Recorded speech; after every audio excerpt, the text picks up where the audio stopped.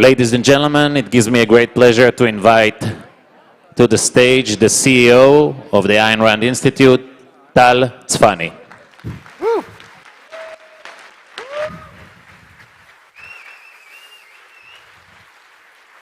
This is the best time of the year for me, so are you excited? I am. Woo. Okay, the theme of the whole conference is living objectivism. So I thought about how do I start my talk this year. It was pretty obvious. I'm going to tell you a story about living objectivism, not knowing objectivism, but living it. So, okay, I want to tell you about a day where my life has changed dramatically. And in order to understand what happened in 2018 and why that day changed the trajectory of my life, I want to take you back 8 years before. And I'll get back to 2018. So it's 2010. And as I said before, an employee of mine gave me Atlas Shrugged because she said, "You're speaking like an Ayn Rand." And it's like, "You're so sure of yourself." And it's like, "Who's Ayn Rand?" So she gave me that book, and the book was standing on the nightstand for 3 months. I was looking at it every night. It's like, no, I'm not doing this. It's going to take a year. So after several, I remember it was an afternoon. It's like, oh, you know what? She said it's such a good book. I'll start it. And I couldn't get it out of my hands for a month. I don't know how people tell me they read it in a day or two. I don't know what you guys did. It took me a month. So I'm reading Atlas Shrugged in 2010. And it completely opened the door for a whole new way of thinking about myself, about life, about anything. I realized that a lot of things I was holding to as premises were wrong. By 2011, I was reading everything Ayn Rand, everything nonfiction. Who here bought the entire e-store? I did. I don't remember if it's like the $3.99, $4.99, $99. I don't care. I just bought the whole thing. It's like $120. Downloaded everything, Leonard Peikoff and all of the other instructors, and listened to everything. 2011 was a blur. I don't remember working. I remember just listening, taking drives to listen some more, getting to the house, doing another round just to finish Leonard making a point. It was amazing. At the end of 2011, I was reading OPAR, and I want to introduce you, my most precious possession is a mind map of OPAR in my study. This is the most precious thing I have just to remind myself on a daily basis how integrated objectivism is. So that was 2011. And in 2012 was my first OCON. I came to OCON in San Diego. It was amazing. I saw other people that were ignited by the same ideas. I was not the only weird person. It was like, do you understand what's going on here? It's like a whole new way of thinking about life. So 2012 was an amazing year for me. I read The Fountainhead for the second time. And I remember the second time I read The Fountainhead, I said, okay, my life needs to change. So I quit my job, and I was a VP in a 20,000 people company. Everything was great. I dropped all of that and joined my brother-in-law, and we started the first mobile CRM company in the world, and I started flying to Chicago. It was crazy hard, winter in Chicago with a carry-on on black ice, don't try it, and against the wind of Michigan Lake, right, and all of that. And so we grew the company to about 18 people and then moved to the Silicon Valley after another round of investment. And for about 3.5 years, I'm flying back and forth, working like crazy. And I'm like, yes, this is it. So fast forward, 2017, it became clear that we're going to sell the company. And I took the first chance to say, okay, I'm done. I went out of that roller coaster and I went back home. And I took some time off. And it was amazing. I did nothing. I woke up in the morning and all I did was read. And I did a project. I don't know who read that book, but I took some time and I finished that book. It was a great experience to do that. But a couple of months later, I got a phone call. And on the other side of the line was Joel. Joel was my headhunter. I used Joel to hire talent out of our competitors and other great companies to work for me. And Joel has switched on me. He's now going after me. He says, Tal, there's this amazing opportunity. It's the fastest growing company in the Valley. I knew them, of course, everybody knew them. And they're exploding, and they need to create a new customer success. And I was a customer success expert. So they want to talk to you, and the CEO wants to meet you. And so I was like, Joel, I really don't want to do it. And he said, no, Tal, you have to. This is a golden opportunity. You have to do it. Man, you're crazy not to take it. I don't want to do it. And he convinced me. And I wanted to visit my relatives in San Francisco, and it's a free ticket. I was like, I'll take it. Let me tell you one thing. If you want to negotiate a salary, come to the interview by saying, I don't want to work here. He kept selling me the company, the vision. I said, I don't want to work for you. I just don't want this job. And no, we want you. I get it. I came out with the, a salary proposal and equity and option that I didn't really, it was overwhelming. So I promised the CEO to think about it. And I went back home and I thought about it. And I remember that thought process, like, I'm home, I'm not doing anything, I don't have any prospects. That makes sense, it'll be a lot of flying again, it's software. Okay, so I took the job. So at the middle of 2017, I'm back in a software job. And it was amazing in the sense that it was 5 minutes from my house, amazing, new offices. I was flying all over, recruiting people like crazy. And then the day came. It was the early morning, January 2018. It was cold. And my son told me that he wants to take the car for the day, so I told him, okay, if you want that, just drive me to the office. And we're driving to the office for about 5 minutes, not talking. And as I'm getting out of the car, he says, Dad. So I turn to him, and he says, is everything okay? And I said, yeah, Ron, why are you asking? He said, because you look like you want to die. And I remember that it was like somebody punched me in the stomach, and all of the air came out of my body. I was choking there, but I did my best to tell him, no, Ron, everything's fine. Don't worry about it. So a couple of minutes later, I was up in my office. And I remember there was a deadline of a report I had to make for the board or something about customer churn. And I couldn't work. I was staring out the window. It was beautiful. It's an office, like in the, I think, 8th floor in this business park called Avalon in Alpharetta. I'm watching people walking down the street in, Apple Store and restaurants. And here I am on a Monday morning, looking out the window, asking myself, what just happened? My son told me he thinks I want to die. And I started introspecting in my head, like, what's going on? What's going on? Why am I here? What am I doing? Do I want to be here? And when I asked myself the question, the answer was no. I don't want to be here. So why am I here? And the more I thought about it, this sense of, there was a feeling coming from my subconscious, it feels like here, right? But the one word I would describe this feeling was betrayal. A sense of betrayal. And I remember asking myself, betrayal of what? Of whom?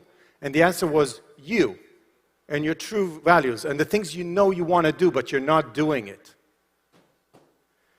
So I went back home and I thought about it some more and I introspected some more, really to come to the conclusion, this is a matter of integrity.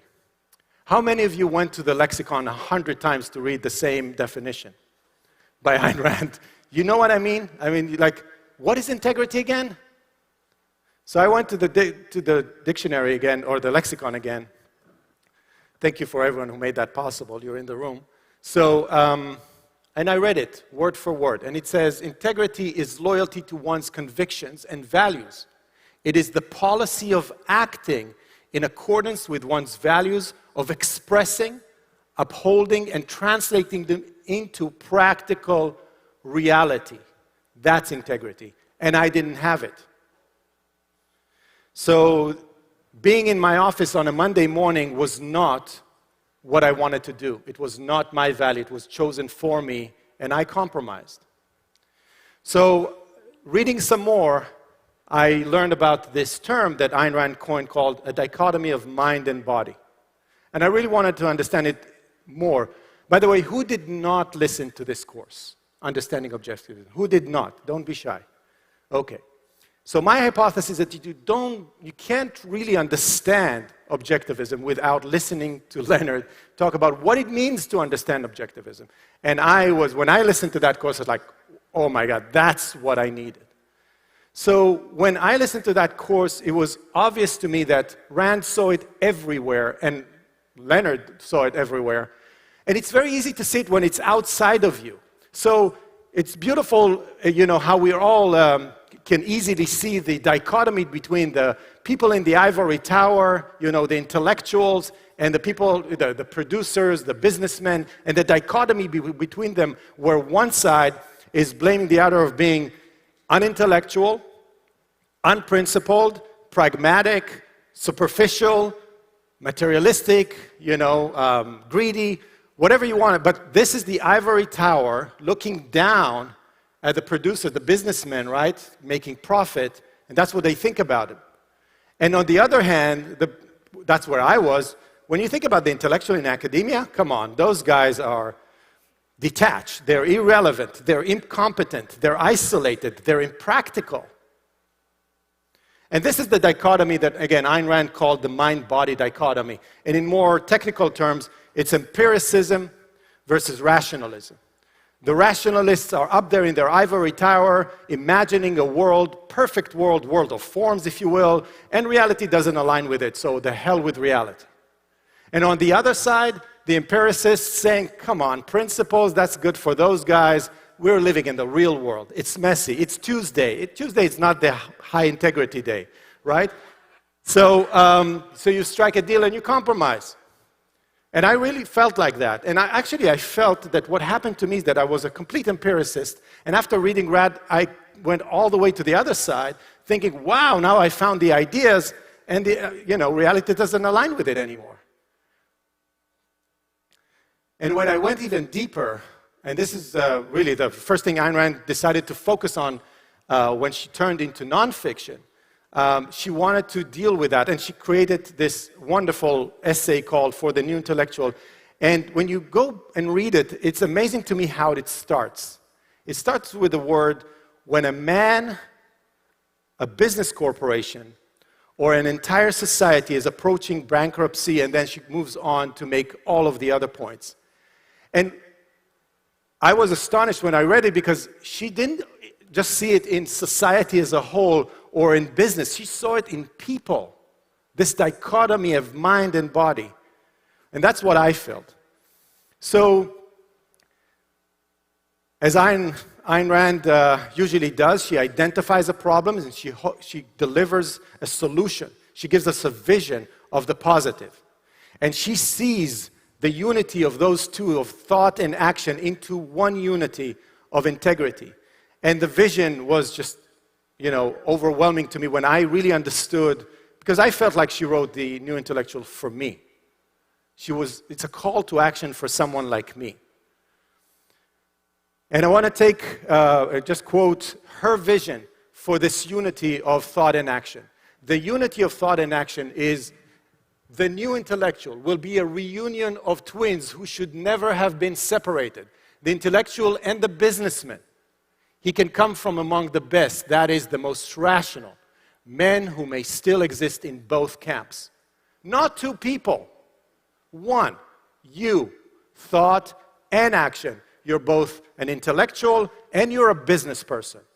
You're both a thinker and a doer and a producer, both integrated in one soul.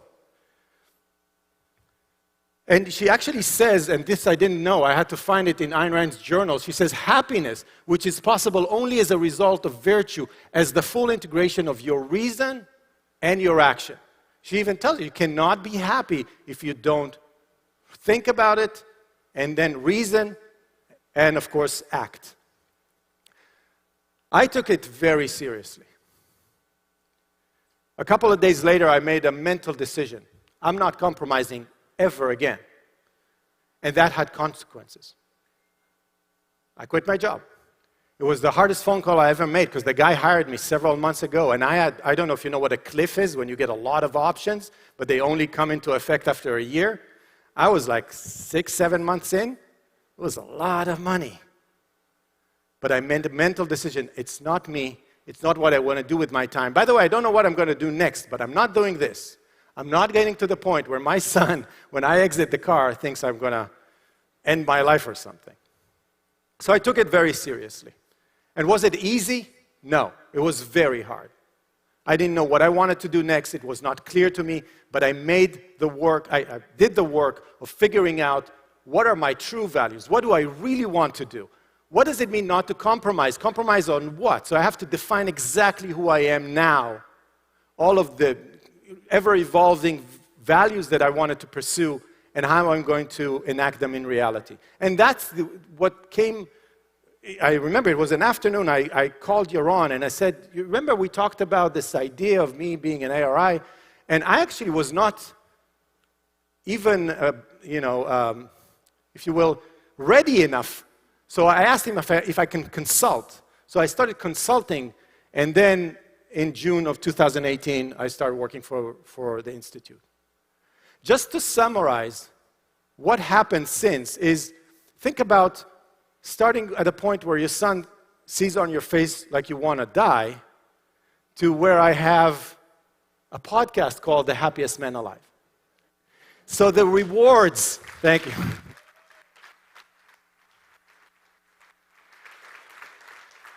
The rewards of being somewhat, you saw it yesterday, having a little bit of the Howard Rourke in you, right, is just unbelievable. There's nothing that is worth compromising and giving up part of you. Nothing. I don't care if it makes you make way less money and there's going to be hardships in the way. It's not worth it. So I took it very seriously, and I am the happiest I can be. I am fulfilled. I jump out of bed every day, and what we do in the Institute is just continuously gives me unlimited amounts of inspiration. I actually, when I started with ARI, I didn't have the vision to know that this is what I wanted to do. I told Yaron, I'm going to take it for a couple of years, and then I'm going to go back maybe to do something else, because I'm in the prime of my career, and managing a nonprofit was not something I thought about. And here I am after 5 years doing the same thing and can't get enough of it. So I'm taking this idea of unity forward, and I want to show you how seriously we're taking it at ARI in everything we do, in the way we teach our students, and in the way we run ourselves. So when we announced the Ayn Rand University 2 years ago, the more we work on this product called the Ayn Rand University, we realized that what we're building is actually a school for the new intellectual. Anyone who wants to be that new intellectual, a person of unity, and I don't care if you're 60 years old or 18 years old or even 16 years old or 35, if you want to improve your life, you should study with us as an auditor, as a graded student. This is the best school in the planet of teaching you how to live with the best system of ideas, and you'll see how we're increasing or building the pillar of implementation and integration. Let me show you what we've done. 13 years after discovering Ayn Rand, and I'm still just as into her ideas.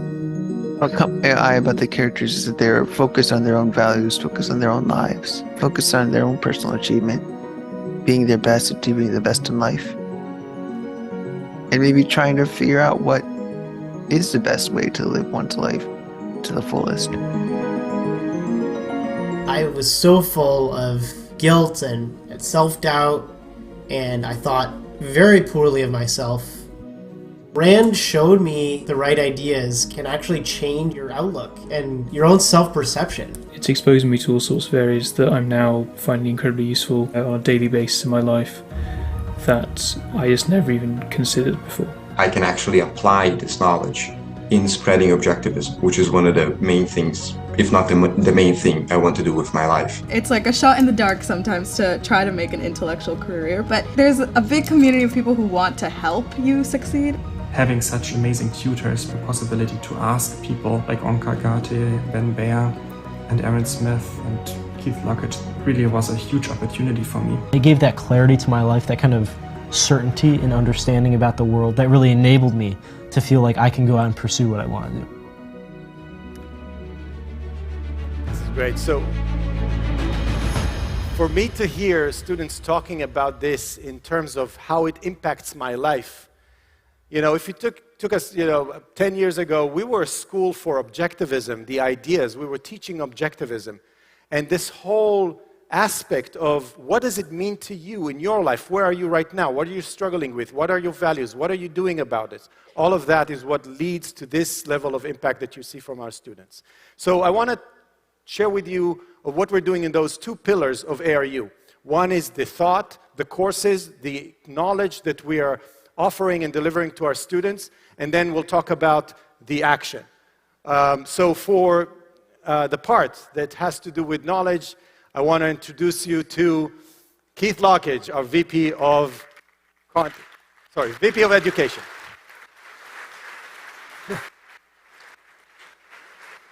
No. Keith is the VP of Education, and I just want to remind you, Keith is going to announce something. Every time you see this, you know what you need to do, right? Show me. Okay, great. Just a rehearsal. So, Keith, the stage is yours. And by the way, Keith, we practiced this, by the way.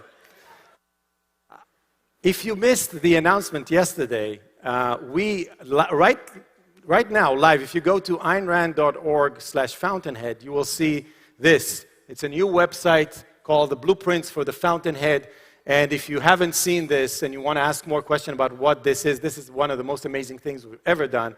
You can ask Brandon or Audra or Jeff about what it is. So you missed the first announcement if you didn't see the movie yesterday.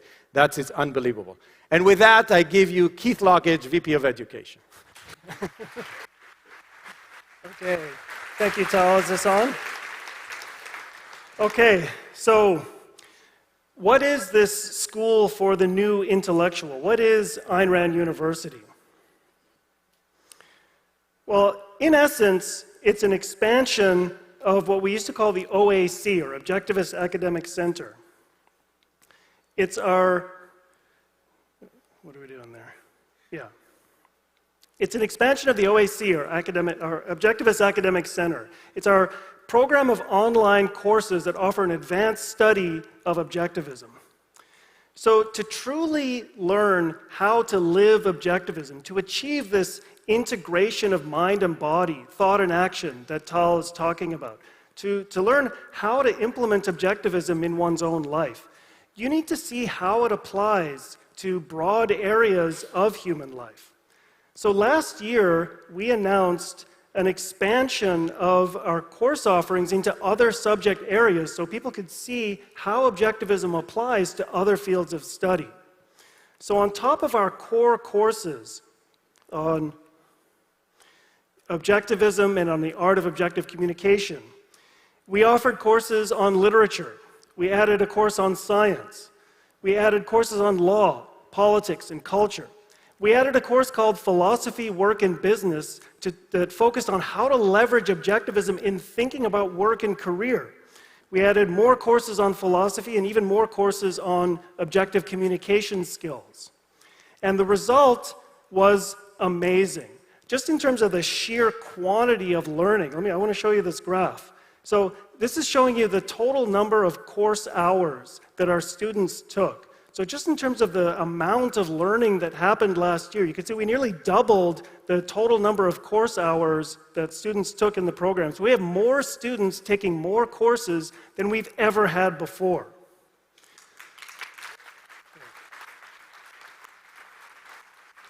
Yeah. Now, of course, it's not just the quantity that's important, it's also the quality. And I can tell you the quality of these courses is impressive. In order to expand into these other subject areas, we had to recruit faculty who are world experts in these subject areas. So we went out to some of the best objectivist intellectuals in our community who are world experts in their subjects, and we recruited them into our faculty. So we have, a set of deeply enriching courses taught by world experts on their subjects. So what we've achieved in the last year is really impressive. So how can we make it better?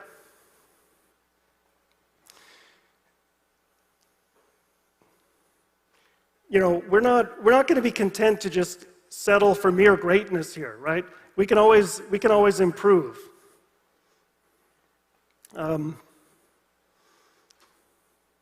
Okay, so one of the things, what's coming up in the 23-24 academic year?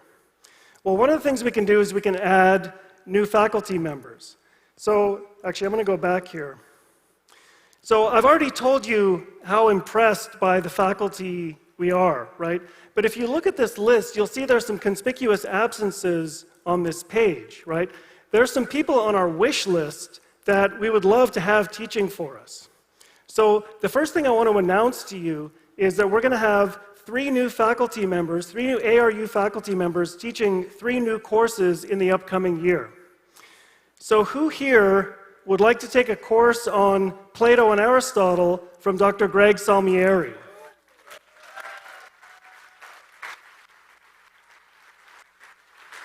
What about a course on the Objectivist ethics from Dr. Tara Smith?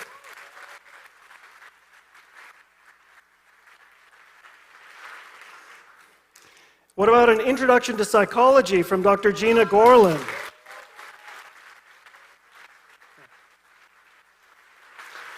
Yeah, so I am really excited that we're going to have these faculty, you know, these intellectuals joining our ARU faculty.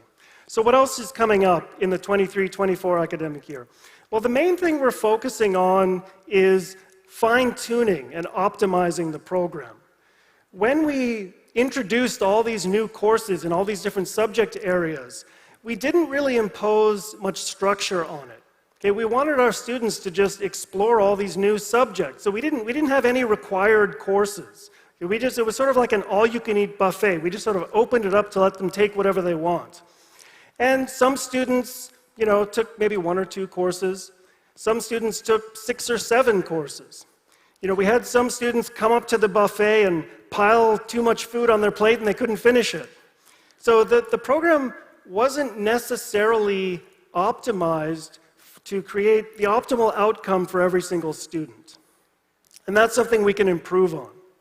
So one of the things we're going to do in the upcoming years, we're going to give some more structure to the program. We are going to have a set of required courses. We're going to call them our anchor courses, okay? So these are going to give them that rock-solid foundation in objectivism, in the art of objective communication, and in the application of objectivism to work and career. So every student is going to be required to take these anchor courses. And then on top of that, we're going to layer our elective courses. So we have electives at the beginner and intermediate level. We have electives at the advanced level. And this is where students are going to get to explore all these different subject areas, discover new interests, you know, and round out their education and see the application of objectivism to all these different areas. So that's what we have coming up in the upcoming year. We're going to take this amazing program that we've created and we're going to make it even better. Oh, but there is one more thing. So this program that I've described here, this program is for everyone. Anyone who is ignited by Ayn Rand and wants to learn how to live the philosophy, anyone who wants to learn how to live by objectivism is welcome to enroll in ARU as an auditor or to apply to be a graded student. So all of you who are here, you are welcome to join us and participate in Ayn Rand University. So ARU is a school for the new intellectual in the sense of this quotation from Ayn Rand. So in her essay for the new intellectual, Ayn Rand asks, you know, who are to be the new intellectuals? And her answer is any man or woman who's willing to think. All those who know that man's life must be guided by reason. Those who value their own life and are not willing to surrender it to the cult of despair in the modern jungle of cynical impotence. So what she's talking about here is what she describes as philosophy for Hank Rearden. Okay? She also calls objectivism a philosophy for living on earth. So anybody who wants to guide their life using the foundation of objectivism is welcome to join Ayn Rand University. Now, it's one thing to live objectivism and to be a new intellectual in the sense that she's talking about in this quotation. That's not the same thing as being a professional intellectual. So Ayn Rand makes a distinction between philosophy for Rearden and philosophy for Ragnar. So if you remember in Atlas Shrugged, right, Ragnar Danaskild is not just a pirate, right? Does anyone remember what his actual profession is? He's a philosopher, right? He is a professional intellectual. So it's one thing to train the Reardens of the world. It is another thing altogether to know how to develop and train the Ragnars, the people whose full-time job is to speak, teach, write, to advance objectivism in the world, and to apply objectivism to all these different subject areas that we're talking about. Now, training professional intellectuals is something that we've been doing at the Ayn Rand Institute since it was founded in 1985. So, you know, the advanced intellectual development programs that we've had were instrumental in helping to develop people like Yaron Brook, Onkar Ghate, Greg Salmieri, you know, all the people that we have speaking for us at OCON and teaching in our programs, all of them have participated in one form or another in our advanced intellectual development programs. So what we need to do is to take those efforts to a whole new level.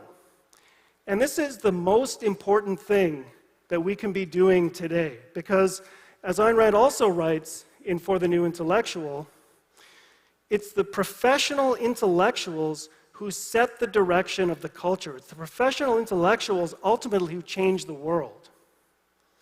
So, I am really excited to announce to you the next step in the evolution of the advanced intellectual development at the Ayn Rand Institute. So drum on the tables, let's hear it. And I give you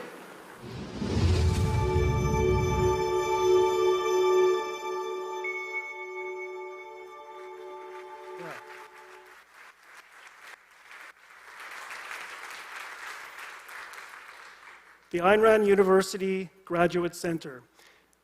We are reconceiving and relaunching our advanced intellectual development offerings at ARI. We're going to give them more focus and more resources than we ever have before. We're going to take everything that we've learned in the last 30 plus years of training intellectuals at ARI, and we are going to build a center to train the next generation of Ragnars.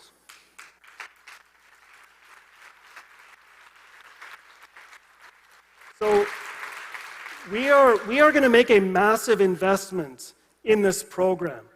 Anybody who joins this center is going to get an individualized intellectual development plan, and we're going to use those plans to develop courses, to develop workshops, to develop seminars, mentorship opportunities, customized work opportunities, you know, depending on what kind of support they need. Okay?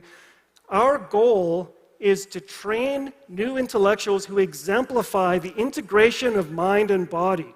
We want to produce people who are both deeply thoughtful and highly productive, who don't just teach and spread objectivism, but live and breathe it. So you've all seen the movie Top Gun, right? So you know what a Top Gun program is. It's a training program for the best of the best. This is our Top Gun program.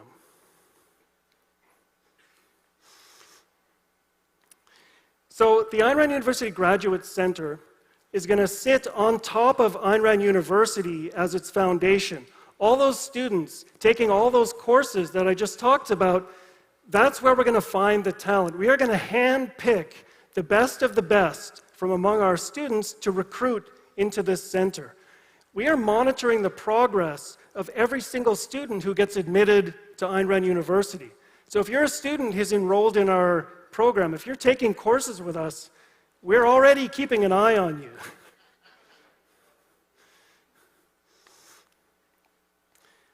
Now, some of you might be getting excited about this, and you might be wondering, how do I apply? How do you apply to the Ayn Rand University Graduate Center? Well, the answer is, you don't. You don't apply to Top Gun, you get selected for it, okay? So, if you're interested in this program, here's what you need to do. You need to apply to Ayn Rand University. You need to take it seriously. You need to excel in your courses. You need to stand out. You need to be so good that we can't ignore you. And then we will find you. Okay, so, and let me just tell you that the talent is there. Okay, we have an auditor in our program who stopped me in the lobby yesterday. So she's somebody who's taking a lot of courses with us, so she sees all of our students. And she was late for a lecture, but she stopped me in the hallway because she just had to tell me how impressed she was with the quality of the students that we have in our program.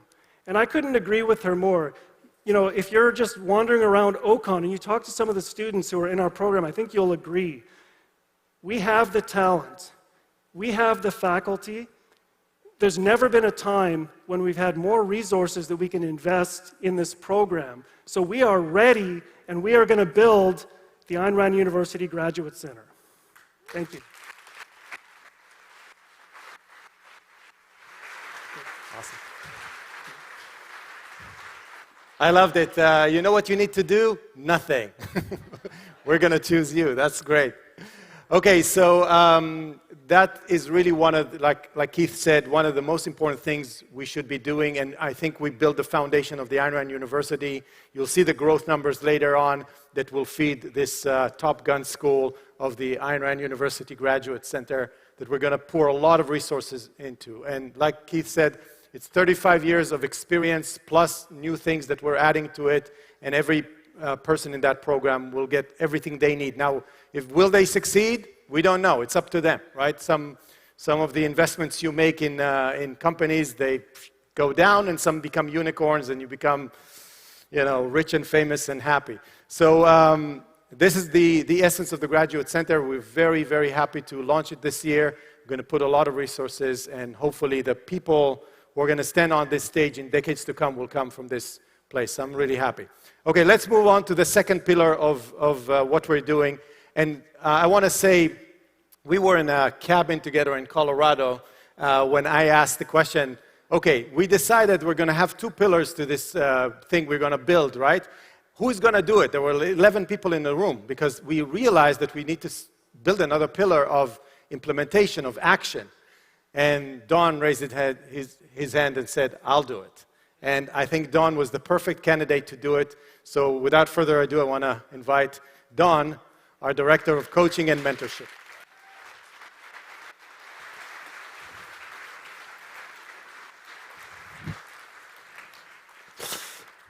Wow. I work here, and I'm still getting chills. Or is it just the hotel is really cold? I don't know. So as Tal said, I'm head of the coaching program. And what ARU coaching is it's the personalized attention we give students to help them succeed in the program and use what they learn in the program to succeed in life.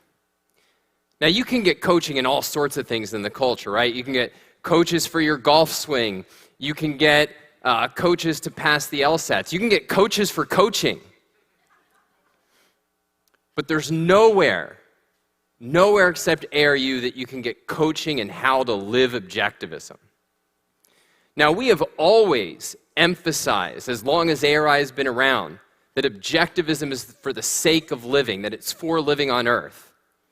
But now this is an explicit focus, an explicit priority, and we're devoting a ton of resources to it. And I just want to share a little bit with how that's playing out in the work that I'm doing.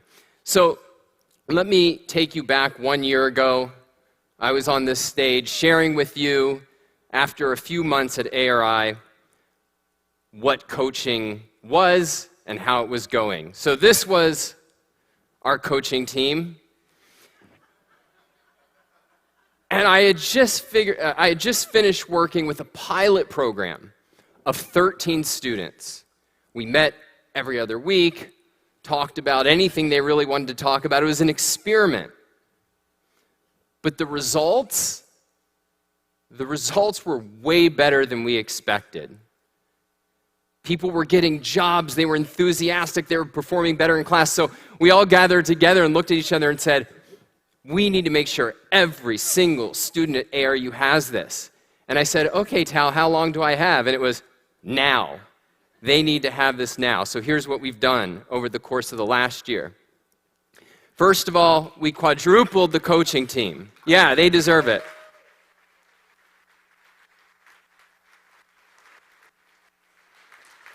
We brought on 3 incredible coaches, Stephen Shub, Amanda Maxim, Shruti Menon. And here was the assignment. I worked with 13. Now we have to cover, 150? We have to make sure that we are touching base with every single student in ARU. And as a result, our students have received over 500 hours of one-on-one attention to help them thrive in the program, to help them. We demand a lot of their time, and these students are in college, these students have careers, and so the coaches are making sure that they have every resource that they need to integrate their study of objectivism with everything else they're doing. But we can do more.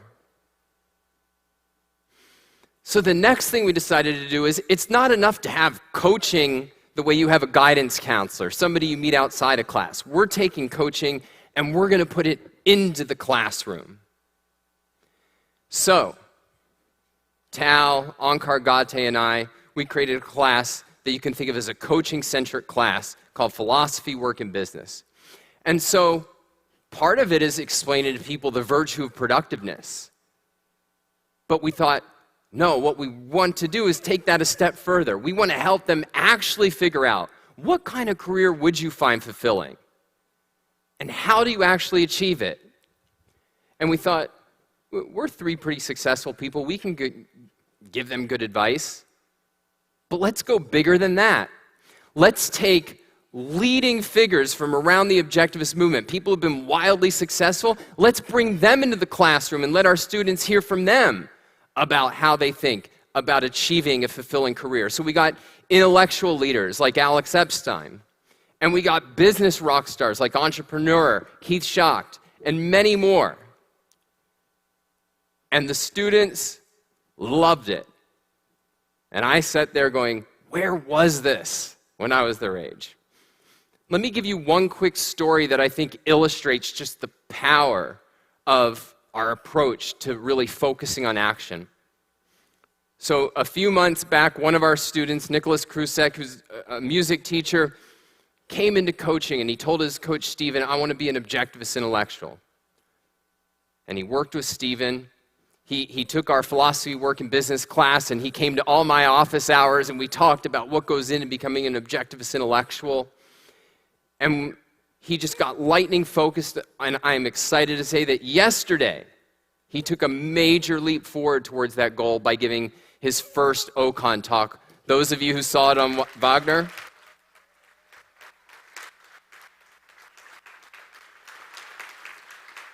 now frankly, I give Nicholas most of the credit, but he gives us a lot of credit, and the coaching support, he received a lot of credit. That's the power of ARU coaching. But we can do more. Keith announced the ARU Graduate Center, which I think is one of the coolest endeavors that we've ever engaged in. And I've been talking about the coaching that every ARU student receives. But if you want to become a professional intellectual, one of the things I found in my career is that it depends on the mentorship that you get. And I've been lucky to have mentors like Yaron Brook, like Ankar Gate.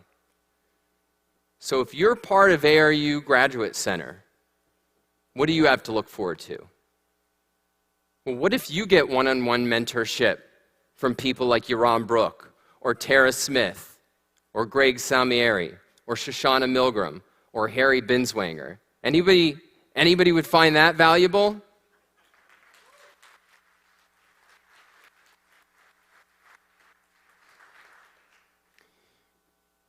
One of the things that I think you should have taken away so far is that we're putting work at the center of ARU.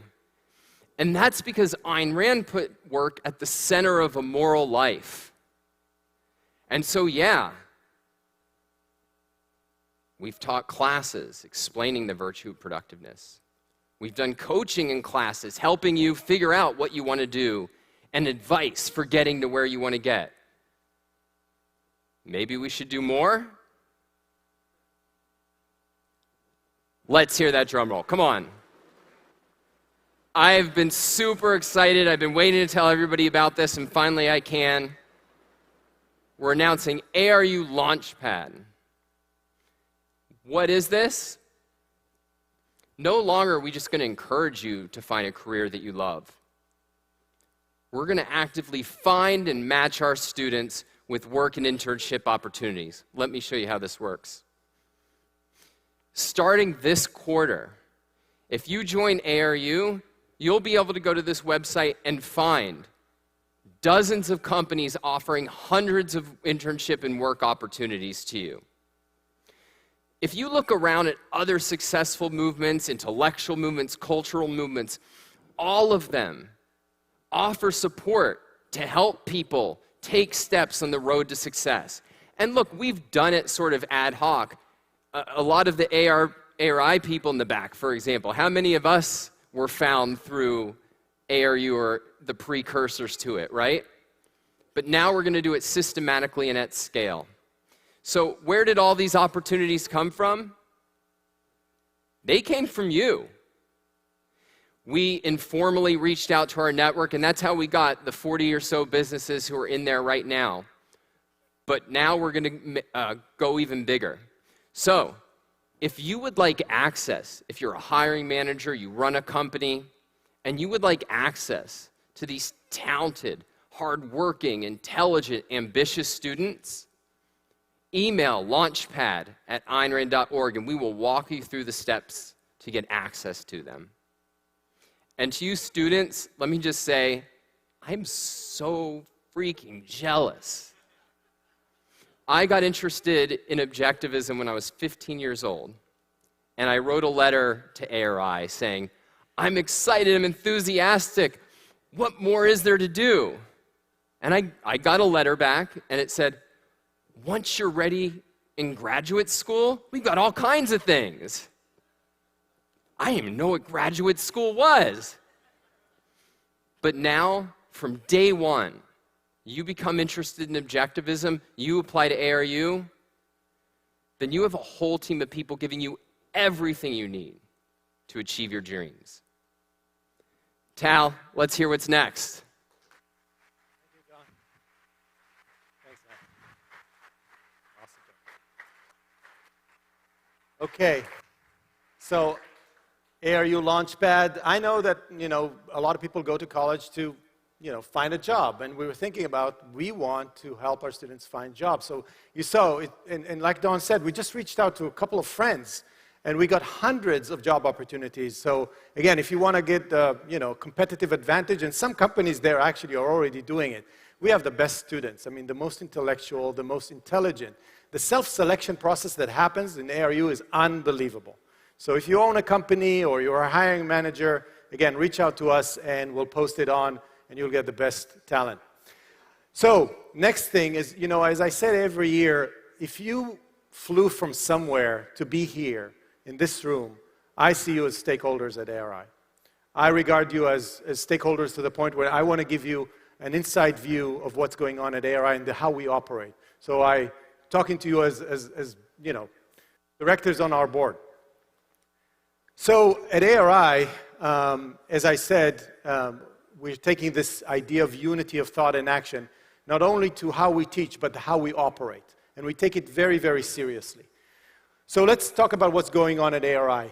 I can tell you that like never before, we're thinking so deeply about our mission, our long-term mission, and making sure that our vision is so focused. And we stay true to our values and we never compromise. That's the way we operate. We built a whole management team. We did offsites and we built a culture of innovation and creativity and collaboration like never before, in the sense of trying to accelerate what we're building. ARI has grown dramatically. We're over 60 people. I want to be at 100 people in a couple of years. And we're going to continue to grow. We have an amazing marketing. Where is Rachel? She's somewhere in the back somewhere, if you can wave. Rachel. Thank you, Rachel. She has built an amazing, well-functioning marketing team that is like a top-notch agency where you ask them to do something, and boom, boom, boom, boom, and it gets done. Spotless. I mean, it's amazing. We have, I can't believe the level of talent we got in growth. I mean, the ability to focus on a specific metric, run experiments, and you see the growth that is coming is unbelievable. So where is Aaron? Is somewhere here. Aaron, thank you very much. And we have technology that we're building systems faster than my tech team in the Silicon Valley company built. I mean, I'm asking for something and boom, it's done. So wherever Vinny is, wherever he is, like back on the, thank you, Vinny. And last but not least, the people who run ARU, Jeff Shilaba is running the whole operations called ARU. Where is Jeff? Jeff, thank you so much. Here he is, standing. And last but not least, we have the best faculty in the world. I mean, every course that we're offering is a killer. I mean, I can't find the time on flights and, you know, just before I go to sleep to catch up on some of the courses I want to listen to. So really, the best top faculty in the world of objectivism and philosophy. Another thing I want to share with you is that we've implemented what we call a MIND methodology, which stands for Most Important Numbers and Drivers. And if you're coming to the gala later today, I will give you even a deeper look into what that means. But think about what it means to measure success in an abstract organization like ARI. And we did it. We've reduced everything to a specific number of numbers that we want to grow. And if those programs that we do are not serving those numbers and the growth of those numbers, we don't do it anymore. So you'll see that what's going on is, first, you'll see a lot of alignment. Everybody at ARI knows what type of number they want to grow, and they're running experiments called drivers, trying to make those numbers grow faster and faster. And if that driver does not correlate to a growth in that number, we don't do it anymore. So another thing I'm very excited about is we are courageous enough to experiment a lot. Like never before, we try things, and if they don't work, we stop doing it. So if if we announce something and next year you don't hear about it, it didn't work, okay? And some things, like Don said, wow, that really worked. I mean, what Don did with 13 students, we need to do that to 150 and all day long. And you'll see some other experiments that really worked. So I want to go deeper into that world of growth, specifically, that the growth team is focusing on. So last year we talked about how we're going all the way from awareness to more readers, to more self-study of objectivism, to engagement with ARI, to commitment.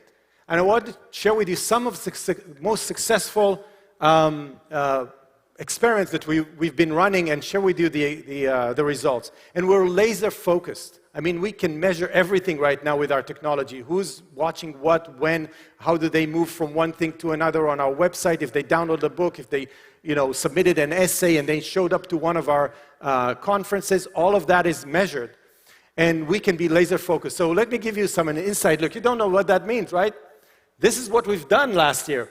We actually rethought of a Books for Teachers program. You know the Books for Teachers program. We're distributing hundreds of thousands of books every year to thousands and tens of thousands of schools. But now we're thinking about this program as a feeder into what we launched last year, which is Books for Students. And Books for Students is those students who are asking us directly for a second and third book, another fiction book, or mostly non-fiction books. So let me share with you what that one program did in the last year. So that's where we were last OCON. And you see the growth from the launch. It was April of 2021 where we started experimenting with it. And then it flattened out because we didn't know what we were doing.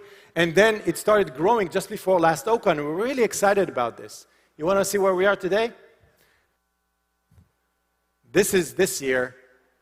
This is last OCON. And this is where we are. I mean, think about every person in that graph. Those are, and we're going to finish the year, I don't know, around 25 to 30,000 people asking for an Atlas Shrugged copy and reading it, and we're delivering that. And then they move on to other programs. And we're changing the world, you know, the lives of those people. And that leads to the next one. That leads to one of the world's largest essay contests, but it's a year-to-year comparison of Atlas Shrugged essay submissions, and those are the weeks before the deadline. So this is the deadline, and this is like 40 weeks before, right? Those are the last years.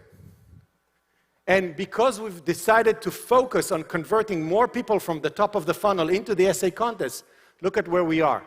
And I asked the team to extrapolate, and they started laughing because they don't know where that graph is going to end.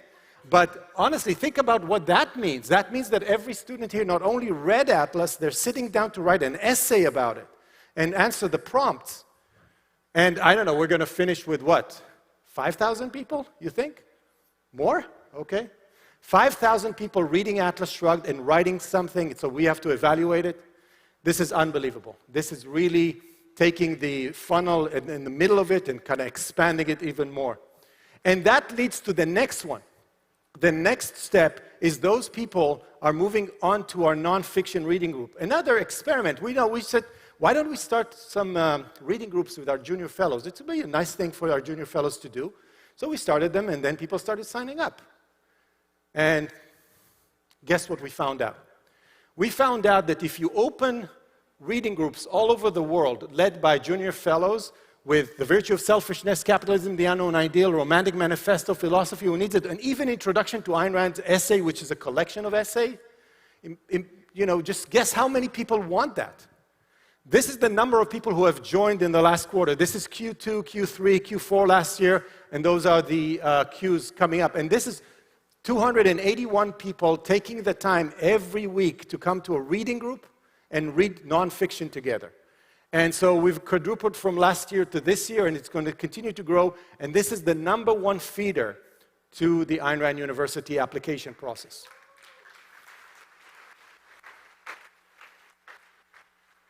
So a lot of things didn't work. We tried a lot of things, but those programs are just bringing us way more application than ever before.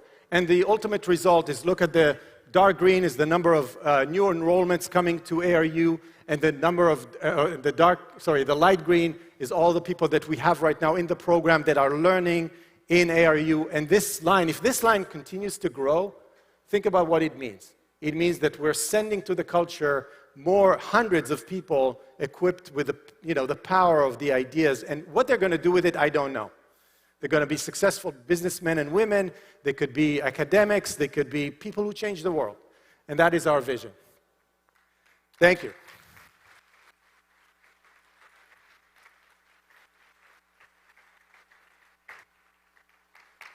You know, whenever I talk to Yaron, I ask him, it's like, how can you read so much politics every day? I get so depressed. I mean, I open the news and it's like, whoa, this happened and that happened.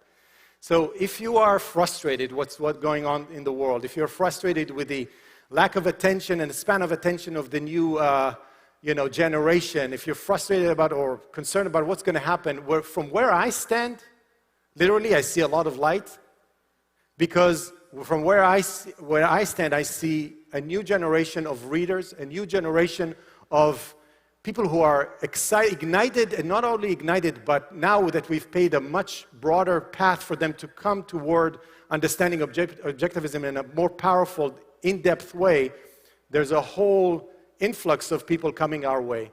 And I think this stage will be filled with unbelievable talent. And as Keith said before, the talent is unbelievable. I mean, when I join one of the Zooms or the online courses we're doing, the level of questions, the interaction is like never before. So I'm really hopeful about the future. I hope you are too. Thank you very much.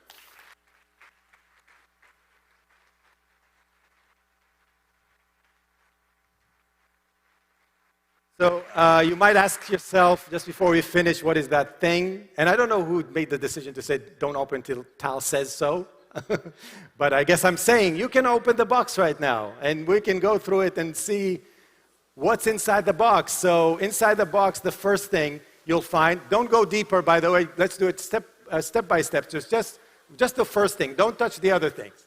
The first thing is a new catalog of 2023, 2024, and I want you just go over it. Just look at the courses we're offering. And again, as Keith said, everyone in the room here and everyone listening, you are welcome to register to one of our courses as an auditor or a graded student. Those are life-changing courses. This is the best, for me, the best humanities school in the world. So you'll see that inside of it, there is another thing called, oh, I didn't show it. This is the catalog. Another thing that you'll find is that during OCON, you're going to get 20% discount. If you go to our website right now and register to one of our courses or buy the full tuition, eat all you can, but from an auditing perspective, you'll get 20% off. And who got this thing? Anyone got this thing? One. There are more. There are two. There's another one. There's another one. I don't know.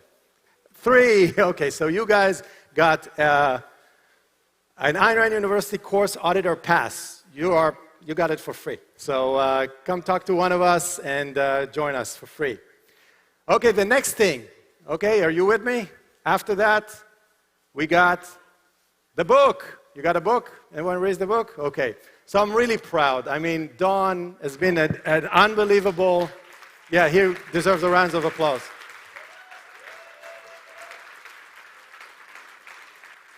He doesn't just think, he acts and he writes so fast. I mean, I can't believe. He said, I'm going to write a book, and then one day there was a book out there. So Don is putting that into action. He just released the proof copy, and we decided to give you a proof copy. So this is not for sale. Don't give it to anyone. And what we'll ask you to do is once the book comes out later this year, hopefully, all we ask you to do is if you read it and if you like it, just go to Amazon and put a good review. It'll help the distribution of this book.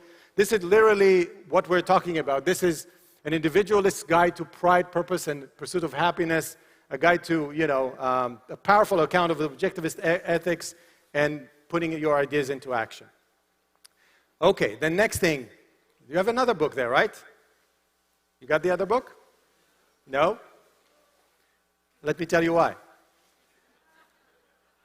You're not benefactors. So I'm just joking. Benefactors are going to get another book. It's a thick book. And what you're getting is a free Kindle version of it, unless you decide to donate more to ARI. But here's what's going to happen. If you scan this code, you're going to get into our website, and from the website you put your name and email, and you're going to immediately get an email with a link to that book. This is the seminal work of Leonard Peikoff, edited by the first CEO of ARI, Mike Berliner. And I don't know, who did not listen to the history of philosophy again? I know there are a lot of people doing it. This is like 50 hours, yeah. So go do it. I mean, I never appreciated...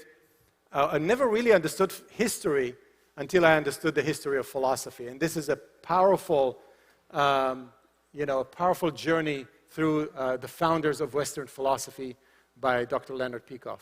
So go enjoy that book. And below that, one of you, I don't remember how many got this thing. If you did, yeah, stand up. Yes, you got a free OCON pass. So next year's on us. Well, just before I leave the room, I just wanted to let you know that this rocket ship that we're running requires some fossil fuels, and you know we love fossil fuels. So if you're willing to give us some fossil fuels, there's another thing here. I really think that justice, from a justice perspective, we're doing so much to fight for you, to train for you, to make the world a better place. If you're not a member of ARI, by giving us something on a monthly basis, or you want to give a one-time, please take a pen, write what you can do for us, and just give it to one of our employees, and we'll be very grateful to take every dollar and to make the most out of it. And the last thing I want to leave you with is a beautiful, beautiful scene that for me just shows the beauty of thought and action and the way Ayn Rand decided to depict it in Atlas Shrugged. And I want to read you a quote. Once, an elderly professor of literature, Mrs. Taggart's friend, saw them on the top of a pile in a junkyard, dismantling a carcass of an automobile. He stopped, shook his head, and said to Francisco, "A young man of your position ought to spend his time in libraries, absorbing the culture of the world." "What do you think I'm doing?" asked Francisco. Thank you very much.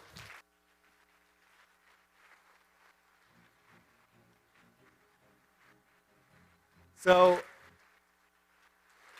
I want to invite Keith and Don to the stage, and if you have any questions for us about ARI and our trajectory, what we're focusing on, what we're going to do in the future, please feel free. We're not going to share everything, but we'll try to do our best. So any questions for us, and the path ARI is taking? There's a microphone up here. If you want. Anything? Wow, everything's... What? Take him to your hotel room. Okay, no questions? I guess we're really clear on what we're doing. There's one question. Oh, they're asking about the conference location next year, Tal. Oh. That's going to be announced tomorrow before the we're gonna keep that for tomorrow. Okay. Yes. Instead. Can you repeat the question? Is it possible to test through course requirements and take other courses at a more advanced level in their stead? Yeah, so as part of the application process, you'll interview with one of our faculty, and that's something that you can talk about at that time. Okay, thank you. Great. Okay. Everything's clear? You understand how we're going to... We have an online question. We have an online question. Yeah. Because I just want to say that, we're going to take the world and everybody's clear on how we're going to do it. Okay, I guess not. There's another question. The online question is, do you think ARU will ever have in-person classes? Yes, I do.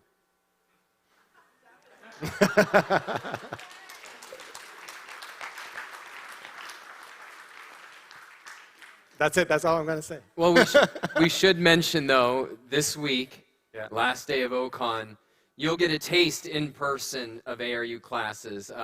Do you guys remember? I don't remember which mini courses. Yeah, I can say a little bit about So what we've done for the last day of OCON, the Wednesday, we wanted to give people a taste of the ARU experience. So instead of the usual OCON program, we have these 3 mini courses running in parallel. And some of you might have a hard time deciding which one do you want to get. Don't worry about it, because the only hard decision you have to make is which one you're going to attend live. Because they're all going to be on the live stream, and you have access to that until the end of August. So, 2 of the courses are condensed mini-course versions of courses that we taught last year in ARU. The third one is a new course, a biographical course that Shoshana is going to teach for us. So enjoy that on the last day, and you'll get a taste of what the students get. Yes. So my question is about the required course and the elective courses. So I want to ask for a further explanation about it. Does it require that you take some course before others?